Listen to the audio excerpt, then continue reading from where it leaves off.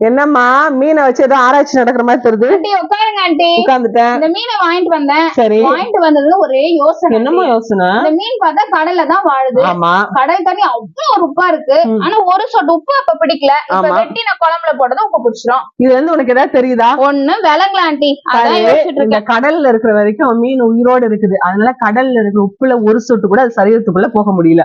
ஆனா இது இப்ப செத்து போனதுக்கு அப்புறம் நம்ம வெட்டி குழம்புல போடுறோம். நம்ம எவ்வளவு உப்பு போட்டாலும் அது சரீரம் அதை ஏற்றுக்கொள்ளுது. இதே போலதான் 2 பேரும் 2ஆம் அதிகாரத்துல லோத்து அக்கிரமக்காரருக்குள்ள வாசம் பண்ணானா. ஆனா பாத்தீங்கன்னா வேதம் அவனை நீதிமான் என்று சொல்லுகிறது. அப்படி என்ன, எந்த ஒரு அக்கிரமக்காரையும் தனக்குள்ளாக போகாதபடி தன்னை காத்து கொண்டான். அதே போல இன்னைக்கு உலகத்துக்குள்ள வாழ்றோம். எவ்வளவு பாவமான காரியங்கள் இந்த உலகத்துக்குள்ள நடக்குது. இன்றைக்கு நம்ம ஆத்துமா இன்னைக்கு உயிரோடு இருந்துச்சுன்னா எதுவும் நமக்குள்ளாக போகவே முடியாது. ஆனா என்னைக்கு நம்ம ஆத்மா மறிச்சு போகுதோ உலகத்தினுடைய எல்லா பாவமும் நமக்குள்ள போயிரும். ஆண்டி சரியா சொன்னீங்க ஆண்டி.